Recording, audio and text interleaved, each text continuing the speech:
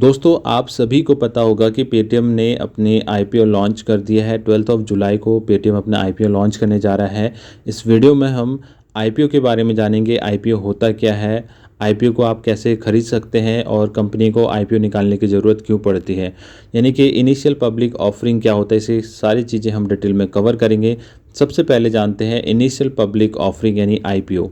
देखिए, जब भी कोई कंपनी पब्लिक लिस्टेड होती है तो वो अपना आईपीओ निकालती है और जो लोग होते हैं उसके आईपीओ को खरीदते हैं, यानी शेयर को खरीदते हैं। जब कंपनी प्रॉफिट में जाती है लोगों को प्रॉफिट होता है, जब कंपनी घाटे पे जाती है तो लोगों को घाटा होता है। ये डिपेंड करता है कि उन्होंने कितने हिस्से की हिस्सेदारी खरीदी है, कितना शेयर्स खरीदे हैं। जितने ज़्यादा शेयर खरीदे होंगे, अगर प्रॉफिट हो रहा तो प्रॉफिट होगा, घाटा होना होगा तो घाटा होगा।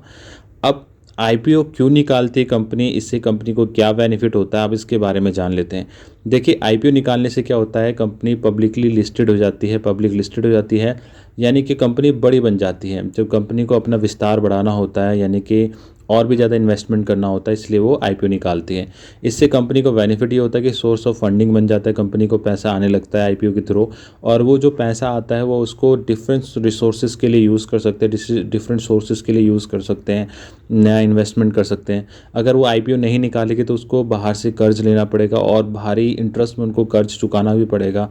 तो कहीं ना कहीं कंपनी जो है फाइनेंशियली मतलब एक कर्ज में डूबने लगती है। तो मोस्टली कंपनी क्या करते हैं, जब अपना विस्तार बढ़ाना होता है तो वो अपना आईपीओ निकाल देती है, ताकि आईपीओ से जो उनको इनकम होगी, जो पैसा आएगा, उससे वो इन्वेस्टमेंट कर सके, दूसरी जगह पे नए नए प्रोडक्ट को लॉन्च करे। साथ ही साथ होता है क्या है, जब पब्लिकली लिस्टेड हो जाती है कंपनी तो सभी लोगों को उस कंपनी के बारे में बहुत कुछ पता होता है कि कंपनी का कोर बिजनेस क्या है, कंपनी किस फील्ड में काम करती है। तो उससे भी उनको रेवेन्यू जनरेट होना स्टार्ट हो जाता है। अब आपको आईपीओ खरीदते समय कुछ चीज़ों का ध्यान रखना होता है। तो वो महत्वपूर्ण कदम क्या हैं, स्टेप्स क्या हैं, इस वीडियो में जानते हैं। देखिए, जब भी कोई कंपनी अपनी आईपीओ निकालती है तो आपको एक चीज़ ज़रूर समझना है कि आपको उस कंपनी के बारे में रिसर्च करना है कि कंपनी करती क्या है। कहीं ऐसा तो नहीं है कंपनी फेक है या कंपनी ऐसे ही अपने कर्ज में डूबी हुई है और फॉल्स रिपोर्ट डाल के उन्होंने आईपीओ निकाल दिया है। तो ये सारी चीज़ें आपको ध्यान में रखनी है, रिसर्च करना बहुत ज़रूरी है जब भी आप आईपीओ परचेज़ करें। अगर आप नहीं करेंगे, अगर बाई चांस कंपनी फेक है, ऑलरेडी कर्ज में डूबी है, तो हो सकता है आपको फाइनेंशियल लॉसेस हो सकता है। जो आपने इन्वेस्टमेंट करें वो आपका घाटे में जा सकता है। आप आईपीओ का भी कुछ प्रोसेस होता है।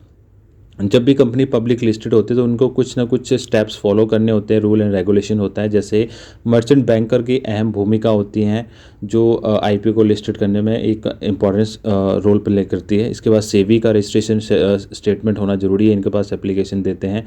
फिर डीआरएचपी का भी इनका एक इशू होता है, जिनको आगे एप्लीकेशन प्रोसेस करना होता है। फिर इनको सारी डिटेल बतानी होती है कि भाई आईपीओ कितना हिस्सा वो बेचना चाहते हैं, यानी कि 100 में से कितना हिस्सा वो पब्लिकली लॉन्च कर रहे हैं, आईपीओ का साइज क्या होगा और कितना बड़ा होगा। ये सारी चीज़ें इनको मेंशन करना पड़ता है। जब तक ये मेंशन नहीं करेंगे तब तक ये आईपीओ लॉन्च नहीं होता है। तो कुल मिला के जैसे आरबीआई बैंक के अंदर होता है, सभी को वॉच करती है, तो वैसे सेबी जो है शेयर मार्केट के अंदर सारे रूल एंड रेगुलेशन को संभालती है। कंपनी का पूरा बिजनेस देखा जाता है, कोर बिजनेस क्या है, कंपनी के खर्चे क्या हैं, की मैनेजमेंट पर्सनल यानी केएमपी से जुड़े कुछ इंपॉर्टेंट डॉक्यूमेंट भी देखे जाते हैं कि कहीं ऐसा तो नहीं है कि भाई कोई केएमपी अपना शेयर बेचना नहीं चाहता हो और कुछ इसमें प्रॉब्लम चल रही हो। सारी चीज़ें देखनी पड़ती है, बिजनेस के जुड़े कुछ रिस्क भी देखे जाते हैं। इसके बाद जो है आईपीओ जो है मार्केट के अंदर लॉन्च होता है और पब्लिकली से परचेज कर पाती हैं। तो दोस्तों, ओवरऑल ये थी वीडियो। अगर आपको वीडियो पसंद आई हो तो प्लीज़ हमारे चैनल को ज़रूर सब्सक्राइब करिएगा। थैंक यू सो मच यहाँ तक बने रहने के लिए।